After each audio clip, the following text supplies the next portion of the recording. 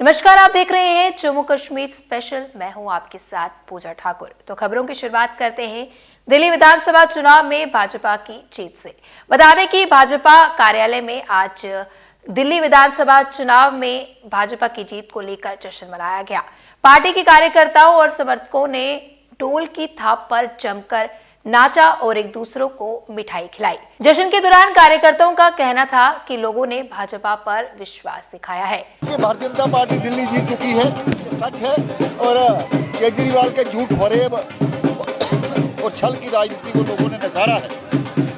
उसी का परिणाम है कि दिल्ली की सत्ता से उसको बाहर किया गया। इस तरह से काफी सालों के बाद जो है आज दिल्ली में भारतीय जनता पार्टी की सरकार बनने जा रही है और मुझे लगता है कि दिल्ली की जनता ने महसूस किया है कि जिस तरह से पूरे देश भर में भारतीय जनता पार्टी के कार्यकाल में और प्रधानमंत्री मोदी जी के नेतृत्व में लगातार विकास हो रहा है और कहीं ना कहीं विकास को देखते हुए जो है ये वोट जो है भारतीय जनता पार्टी को मिला है।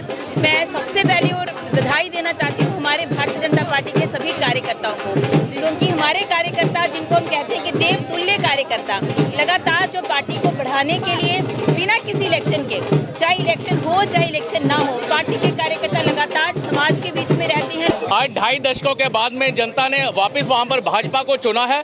पिछले 10 सालों में आम आदमी पार्टी ने वहां पर अपनी कुरीति और कूटनीति का ऐसा प्रपंच वहां पर चलाया था जिसका भुगतान जनता ने भुगता है। जो उन्होंने वहां पर अलग अलग चीजों का वहां पर एक सिस्टम सारा डैमेज कर दिया, चाहे वो हेल्थ हो, एजुकेशन हो, बाकी सब चीजों है, उनसे निजात अब जो है जनता को मिलेगी। डबल इंजन की सरकार वहां पर भरपूर विकास के एक नया धारा प्रवाह करेगी। जैसे हमने आज दिल्ली में बनाई है गवर्नमेंट, ऐसे हम जम्मू कश्मीर में भी जल्दी बनाएंगे। देखिए, जब केजरीवाल जी राजनीतिक क्षेत्र में आए थे तो उन्होंने कहा था हम राजनीति को बदलने आए, पर राजनीति को बदलते बदलते ऐसा वातावरण बना दिया उन्होंने, वो खुद ही बदल गए। दिल्ली की जनता को इसका श्रेय है जिन्होंने भ्रष्टाचार को नकारा है। भारतीय जनता पार्टी के हमारे कार्यकर्ता, हमारे वोटर्स, सपोर्टर्स, सिंपैथाइजर और हमारा शीर्ष नेतृत्व, जिन्होंने चुनाव लड़ाया और देश भर के उन कार्यकर्ताओं को जो दिल्ली में भी गए और घर में बैठे बैठे आह्वान किया, हर कार्यकर्ता ने आह्वान किया कि जो कार्यकर्ता, जो वोटर दिल्ली से बाहर है वो दिल्ली अवश्य जाए वोट डाले। और इस बार देखा हमने कि आम जनता ने वोट दिया, भ्रष्टाचार को नकारा, भ्रष्टाचारियों को हराया और देश के हित में काम करने वाली पॉलिटिकल पार्टी को, भारतीय जनता पार्टी को। वहीं इस दौरान भाजपा के प्रवक्ता गौरव गुप्ता ने कहा, केजरीवाल सरकार को दिल्ली की जनता ने उनकी नीतियों को नकार दिया है और भाजपा पर विश्वास किया है। जीत तो आपके सामने ही है और भ्रष्टाचारी जिस तरीके आज एक्सपोज हुए हैं तो उसकी गूंज ना ही मानो कि आज भारत में पूरे विश्व में बज रही है। जिस तरीके केजरीवाल द्वारा जो करप्शन का एक मंजर दिल्ली वालों ने देखा, मानो आज उनकी नीतियों को कहीं पर दिल्ली वालों ने आज रिजेक्ट किया और जिसके कारण आज भाजपा पूरे एक बहुमत के साथ आगे उभरती हुए सबसे आगे आई। कई सालों के बाद ये जीत है, किस तरह से देखते हैं? 27 साल के बाद जीत है और जिस तरीके आज कमल खिला है दिल्ली में, मानो एक ऐसा विश्वास आज दिल्ली की जनता ने भाजपा पर दिया है और आने वाले टाइम पर विकसित भारत का जो सपना, मानो आज राजधानी में जब जीतना एक बहुत बड़ी उसका एक महत्व रह जाता है। और जिस तरीके भ्रष्टाचारियों को, खासकर केजरी सरकार को जो आज खदेड़ के फेंका, उसकी बहुत खुशी है। जम्मू में स्वर्णकार संघ के सदस्यों ने कुछ दिन पहले ही ग्रेटर कैलाश में दिन दिहाड़े हुई डकैती की निंदा की है और प्रशासन से जल्द कार्रवाई की मांग की है। स्वर्णकार संघ के प्रतिनिधियों ने बताया है कि यह डकैती न केवल एक व्यक्ति के साथ हुई है बल्कि कई अन्य लोगों के साथ भी ऐसी घटनाएं हो रही हैं। स्वर्णकार संघ के प्रतिनिधियों ने प्रशासन से अपील की है कि वह जल्द से जल्द इस मामले में कार्रवाई कर पीड़ितों को न्याय दिलाए। ये जो डकैती हुई है, ये दिन दहाड़े डकैती हुई है जिसकी कड़े शब्दों में हम निंदा कर रहे हैं। और सबसे पहले जो डकैती के पश्चात हमने बड़ा धैर्य से काम लेते हुए मेमोरेंडम दिया एसएसपी साहब को, डीआईजी साहब को। अपने स्तर पे पुलिस कार्य तो कर रही है, लेकिन कार्य क्या कर रही है ये हमारी समझ के परे की बात है। इस पे जल्द से जल्द कार्रवाई होनी चाहिए। और आपको मीडिया के सामने मैं स्पष्ट करना चाहता हूँ, ये चोरी सिर्फ एक ही नहीं, डकैती एक ही नहीं, सैकड़ों चोरियां हो रही है दिन बर दिन। कभी शालामार पे कभी सारिका विहार पे, कभी कहीं। मैं प्रशासन से ये विनम्र शब्दों में अपील करना चाहता हूँ, अपनी साख को व अपने नाम को और अपनी जम्मू कश्मीर की शान को बहाल रखते हुए जल्दी से जल्दी इसकी रिकवरी कराएं और जिसकी चोरी होती है उसके प्रति भी सहानुभूति से वार्तालाप करें। महाकुंभ में स्नान के लिए जाने वाले भक्तों का नहीं थम रहा उत्साह और आज इसी कड़ी में जम्मू के किश्तवाड़ में बड़ी संख्या में श्रद्धालु महाकुंभ के लिए विशेष गाड़ियों में रवाना हुए। इस दौरान इन गाड़ियों को किश्तवाड़ की विधायक शगुन परिहार व पाडर नागसेनी से विधायक सुनील शर्मा ने हरी झंडी दिखाकर प्रयागराज के लिए रवाना किया। आपको बता दें कि अधिक भीड़ के चलते ट्रेनों में टिकट न मिलने के कारण अब लोगों द्वारा विशेष बस सर्विसेज के जरिए महाकुंभ में पहुंचा जा रहा है और जम्मू कश्मीर में पहाड़ी क्षेत्रों से भी अब लोग महाकुंभ के लिए विशेष बस सेवाओं का आयोजन कर रहे हैं।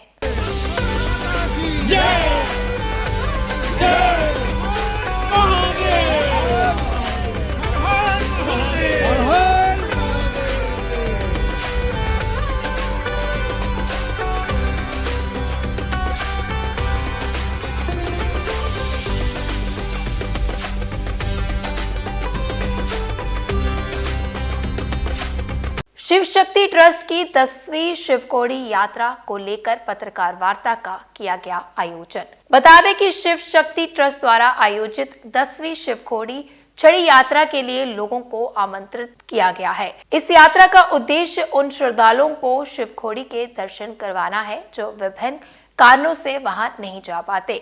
ट्रस्ट के अध्यक्ष अजय कुमार ने बताया कि यह यात्रा पिछले 10 सालों से लगातार आयोजित की जा रही है और इस वर्ष ये यात्रा विशेष रूप से महत्वपूर्ण है क्योंकि ये ट्रस्ट की 20वीं वर्षगांठ के अवसर पर आयोजित की जा रही है। हमारी ट्रस्ट की जो शुरुआत थी ये 20 साल पहले हुई थी मिस्टर रामेश्वर जोगी जी के नेतृत्व में, वो इनके फादर साहब हैं। तो बस अब उसी को हम आगे बढ़ा रहे हैं। पहले 10 साल हम लोगों ने लंगर लगाते थे, फिर हमारे जहन में आया कि कुछ ऐसा किया जाए कि जो श्रद्धालु जो नहीं जा पाते हैं दर्शन करने के लिए या कुछ फाइनेंशियल वजह से या अकेले की वजह से या बुजुर्ग जो नहीं जा पाते थे, फिर हमने ये कोशिश की कि हम लोग क्या करते हैं कि शिवखोड़ी छड़ी यात्रा स्टार्ट करते हैं। तो पिछले 10 सालों से हमने छड़ी यात्रा जो वो स्टार्ट की हुई है। ये हमारी 10वीं यात्रा है। ये यात्रा जो है जम्मू से शिवरात्रि के दिन निकलती है और दूसरे दिन वापस आती है। इसमें रहना खाना पीना सब कुछ ट्रस्ट की तरफ से होता है। मतलब जो भी एक बुजुर्ग से लेकर एक बच्चे तक का जो भी होता है वो सब हमारा ट्रस्ट की तरफ देखिए। आपके माध्यम से मैं ये बताना चाहता हूँ कि जैसे पहले हम क्या करते थे कि मीडिया में नहीं आते थे और अपने कंसर्न में जो लोकेलिटी में आगे पीछे लोग थे तो उनको यात्रा में लेके जाते थे। कितने दिन की यात्रा? और ये हमारी 2 दिन की यात्रा होती है। शिवरात्रि के दिन जम्मू से हम लोग जाते हैं, दूसरे दिन हम लोग वापस आते हैं। कश्मीर में आवारा कुत्तों का आतंक होगा कम, श्रीनगर नगर निगम का बड़ा अभियान। बता दें कि श्रीनगर नगर निगम ने शहर के आवारा कुत्तों की समस्या को नियंत्रण करने के लिए प्रयास तेज किए हैं। नगर निगम के अधिकारी ने बताया कि वे आवारा कुत्तों को पकड़ने और उन्हें सुरक्षित स्थान पर रखने के लिए विशेष अभियान चला रहे हैं। उन्होंने बताया कि आवारा कुत्तों की समस्या शहर के लिए एक बड़ी चुनौती है, लेकिन हम इस समस्या को नियंत्रण करने के लिए प्रतिबद्ध है। अधिकारी ने यह भी कहा कि हम नागरिकों से अनुरोध करते हैं कि वे आवारा कुत्तों को खाना ना दें और उन्हें पालतू जानवर की तरह ना रखें। देखें, जो डॉग पॉपुलेशन है उसको कंट्रोल करने के लिए हम साइंटिफिकली ही चल पाते हैं, जिसमें एनिमल बर्थ कंट्रोल प्रोग्राम हमारा चल रहा है और जिसके तहत जो एनिमल वेलफेयर बोर्ड के तहत से जो गाइडलाइंस आती हैं उसी में हम लोग स्टरलाइजेशन कर सकते हैं। तो अभी हमारी जो फैसिलिटी है वो टैंकपुरा और सोहामा में एक सेंटर हमारा चल पा रहा था। अब हम छतरामा में एक और सेंटर हमारा नियर कंप्लीशन है और हमारी ये पूरी कोशिश है कि इस बार जो समर में स्टरलाइजेशन हो ये 3 सेंटर्स में हो जाए ताकि जो हमारा नंबर है ये बढ़ सके और हम लोग जो एक ग्राफ है पॉपुलेशन का जिसको हमें डिक्लाइन पे लाना है और उसको फिर एक जो स्टेबल पॉपुलेशन है, सूटेबल पॉपुलेशन है, उस पर लाना है, वो हम जल्दी से जल्दी अचीव कर सकें, वो हमारी कोशिश है। और आप जानते हैं कि पिछले 2 साल से जैसे स्टरलाइजेशन चल रही है, साइंटिफिक तरीके से चल रही है, हम लोग दिन के जो नंबर्स थे हमारे पास एज पर कैपेसिटी हम 100% यूटिलाइज कर रहे थे। अब हमारी वो कैपेसिटी बढ़ जाएगी। उसके साथ साथ हम वैक्सीनेशन करते हैं जो स्ट्रे डॉग्स हैं और कहीं पे अगर कहीं रेस्क्यू की जरूरत पड़ती है तो वो भी सर्विसेज हम प्रोवाइड करते हैं। हमारा एनिमल रेस्क्यू सेंटर अभी अंडर कंस्ट्रक्शन है बट हम अपनी टेम्पोरल फैसिलिटी में भी वो करते हैं। तो और इवन सिर्फ स्ट्रे डॉग्स नहीं है, जो हमारे अबैंडन हॉर्सेज हैं या कैटल पॉपुलेशन है, उनको भी कई बार हमें ट्रीट करना पड़ता है, उनको कई बार हमें रिहैबिलिटेट करना पड़ता है। That is what we are doing. हमारे म्यूनसिपल वेटरनरी ऑफिसर रहते हैं इसके लिए। सो सारी टीम इस पे मिलकर काम कर रही है और हमें उम्मीद है कि आप इस साल में देखेंगे हमारे ये एक्शन जो हैं और इंटेंसिफाई हो जाएंगे और बहुत ही ह्यूमेन तरीके से और बहुत ही साइंटिफिक तरीके से हम ये पॉपुलेशन ग्राफ को कंट्रोल में करेंगे। मेरी ये गुजारिश है आपके ज़रिए लोगों से कि हमारा door to door waste collection चल रहा है और इस पे नॉर्मली लोगों को ये लगता है कि सुबह अर्ली मॉर्निंग आजकल खासतौर पर विंटर्स है, तो वो जब डोर टू डोर कलेक्शन के लिए आते हैं तो वहाँ पे वो घर वाले कई बार हेजिटेट करते हैं निकलना उतनी जल्दी, और वो बाद में आराम से निकल के जो पुरानी प्राइमरी साइट्स हैं जो कि आज हमने डिसफंक्शन की है वहाँ पे वो वेस्ट डंप कर देते हैं। तो वैसा ना किया करें, वो प्रैक्टिस ना करें, उससे ये चीज़ें इनकरेज होती हैं। ना सिर्फ डॉग पॉपुलेशन तो है ही है, वहाँ पे एकुमुलेट हो जाएगी क्योंकि उनको लगेगा एक खाने का सोर्स है। उसके अलावा भी बाकी जो इश्यूज हैं हाइजीन के वो निकल के आते हैं। तो इस तरह से प्राइमरी साइट्स पे मत डंप करें, डोर टू डोर कलेक्शन का फ़ायदा उठाएं और ख़ास तौर पे कमर्शियल एस्टैब्लिशमेंट्स पे ये देखा गया है, आपने ये जो चीज़ देखी है ज़्यादा कमर्शियल एरिया में होगा कि वहाँ पे क्योंकि सुबह morning door to door collection का वेट किए बगैर शाम को जब वो क्लोज करते हैं शॉप तो अपना सारा का सारा गार्बेज प्राइमरी साइट पे डंप करके निकल जाते हैं, जबकि तरीका ये है कि वो अगली मॉर्निंग उसको जो वेस्ट कलेक्शन व्हीकल है उसको दें। मेरी गुजारिश है, हमने कई ट्रेडर्स एसोसिएशन के साथ भी इसमें मीटिंग की है कि आप जो अपना गार्बेज है वो अगले दिन सुबह जिस टाइम हमारा कलेक्शन का टाइम है उस टाइम वो दे दिया करें। और कुछ जगहों पे हम प्राइमरी साइट्स लेट नाइट भी क्लीन करवा रहे हैं, बट बहुत सारी चीज़ें फिर वो पॉसिबल नहीं हो पाती हमारे मैन पावर की लिमिटेशन। तो जो हमारा एक प्रोसीजर है उसी पे चले और इस तरह से डंपिंग ना किया करें और आप देखेंगे उससे बहुत फर्क पड़ेगा। सोपोर में करवान आर्ट मिशन ने आयोजित किया ग्रुप आर्ट शो। बता दें कि करवान आर्ट मिशन ने इकरा पब्लिक स्कूल सोपोर में 81 आर्ट गैलरी के साथ मिलकर एक ग्रुप आर्ट शो का आयोजन किया। इस प्रदर्शनी में कई छात्रों ने भाग लिया और अपनी कला का प्रदर्शन किया। इस प्रदर्शनी का उद्देश्य छात्रों को अपनी कला का प्रदर्शन करने का अवसर प्रदान करना था। प्रदर्शनी में छात्रों ने अपनी कला के माध्यम से विभिन्न विषयों को प्रदर्शित किया। ये एक सनस्केप है जो मैंने बनाया है। ये आप देख सकते हैं जहाँ पे एक सन है जिसके परछाई यहाँ पे समुद्र में पड़े हुए, यहाँ पे एक डाकू है साहिब जिसे उर्दू में कहते हैं, और उसी पे एक स्वयं बैठा है और ये स्पॉट मॉर्निंग ये योग है।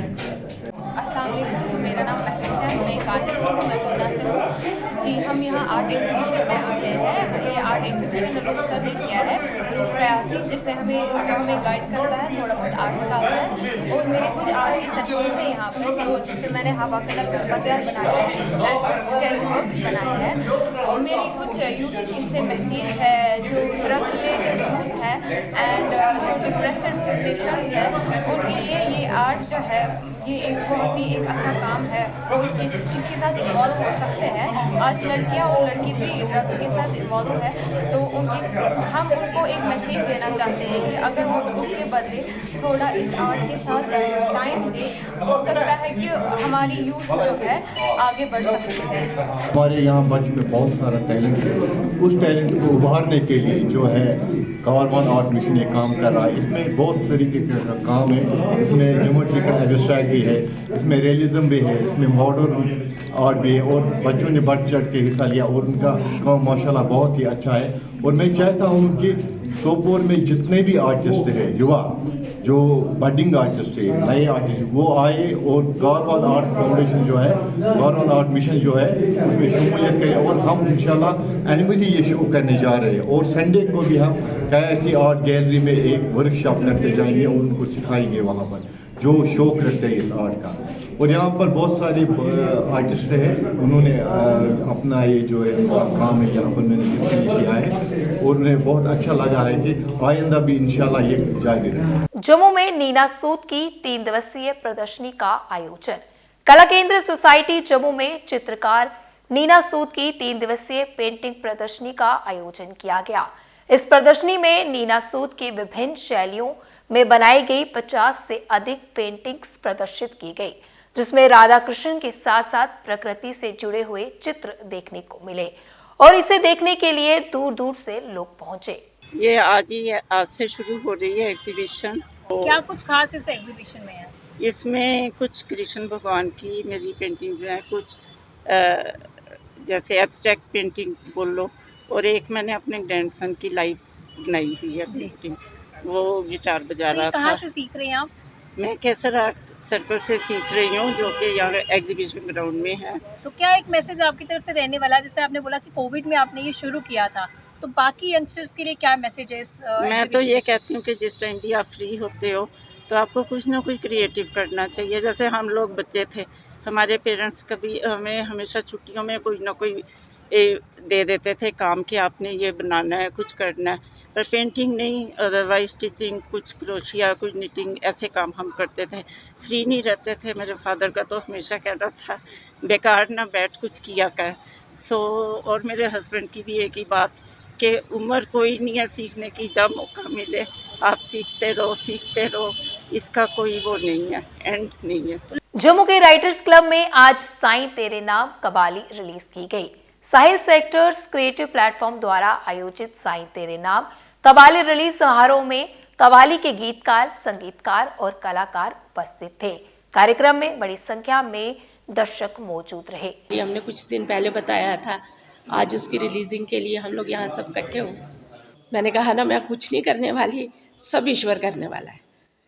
तो मुझे ईश्वर ने जैसे चलाया मैं चल पड़ी, मेरा कोई कमाल नहीं। वो जो बैठा है ना, वो पता नहीं कैसे चलाता, मुझे नहीं पता है, मगर वो चलाता है। मैं सिर्फ इतना बोलूँगी कि सब लोग इसको सुनो, और ये सबसे बड़ी बात ये है कि दिल से सुनोगे, ये रूह तक जाएगी। तो गाने की तरह सुनोगे तो ना खुद कहीं पहुंच पाओगे, ना ये कवाली, क्योंकि ये रूह से सुनने वाली चीज़ है। कुलगाम जिला अदालत का बड़ा फैसला, एनडीपीएस मामले में 4 दोषियों को 12 साल की सजा। प्रिंसिपल डिस्ट्रिक्ट जज कुलगाम की अदालत ने आज एनडीपीएस अधिनियम की धारा 8 और 20 के तहत दोषी ठहराए गए 4 अभियुक्तों को 12 साल के कठोर कारावास और प्रत्येक को 1.20 लाख रुपए के जुर्माने की सजा सुनाई है। इसके अलावा अदालत ने उन्हें एनडीपीएस अधिनियम की धारा 8 और 22 के तहत दोषी ठहराए जाने पर 5 साल की अतिरिक्त सजा भी सुनाई है। अदालत के आदेश के अनुसार सजाएं साथ साथ चलेंगी। ये फैसला नशीली दवाओं से संबंधित अपराधों के खिलाफ न्यायपालिका के सख्त रुख को दर्शाता है और क्षेत्र में दवा तस्करी और दुरुपयोग के खिलाफ एक मजबूत निवारक के रूप में कार्य करता है। बता दें कि लॉ एनफोर्समेंट एजेंसियों ने नशीले पदार्थों के खतरे को मिटाने और एनडीपीएस अधिनियम के तहत अपराधियों के खिलाफ सख्त कार्रवाई सुनिश्चित करने के लिए अपनी प्रतिबद्धता को दोहराया है। This case of ours dates back to 2021. Police Yaripura intercepted a vehicle in which narcotic psychotropic substances were recovered from the 4 accused who were traveling in. तो इसमें 4-5 साल लगभग ट्रायल चली और 5 साल के बाद सारे गवाहान इसमें हमने रिकॉर्ड किए ड्यूरिंग ट्रायल, और फाइनली इसमें 2024 में शहादत ख़त्म होकर फिर बहस होगी। तो जनवरी 2025 में इसमें फाइनल आर्गूमेंट्स हो गए, कंक्लूड हो गए, and the case was fixed for arguments in quantum which were announced on 3rd of February, and today the quantum was announced, and all the accused have been punished under commercial quantity 8/22 for 12 years rigorous imprisonment, कैद बामशक्कत, और दूसरे offence 8/20 में उनको 5 साल की सजा हुई, वो भी रिग्रेस है, और ये जो पनिशमेंट है ये कंकरेंटली रन होगी। ये पुलिस, प्रोसिक्यूशन और जुडिशरी का एक कंबाइंड एफर्ट है, और because we have a dream of drug free society and this is a step towards. Ganderbal के बहीमा में आवासीय मकान में भीषण आग, दमकल और पुलिस ने पाया काबू। गांधरबल जिले के बहीमा इलाके में शनिवार दोपहर एक आवासीय मकान में अचानक भीषण आग लग गई, जिससे इलाके में अफरा तफरी मच गई। जानकारी के मुताबिक अचानक लगी आग की लपटें एकदम से भड़क उठी। आग के बढ़ते ही स्थानीय लोग, दमकल कर्मी और पुलिस मौके पर पहुंची और स्थिति को नियंत्रण करने का प्रयास करने लगी। दमकल की गाड़ियां मौके पर पहुंची और कड़ी मेहनत के बाद आग पर काबू पा लिया गया। फिलहाल किसी के भी हताहत होने की सूचना नहीं है। तो आज के जम्मू कश्मीर स्पेशल बुलेटिन में इतना ही। फिर मिलेंगे इसी समय। मुझे दीजिए इजाजत। नमस्कार।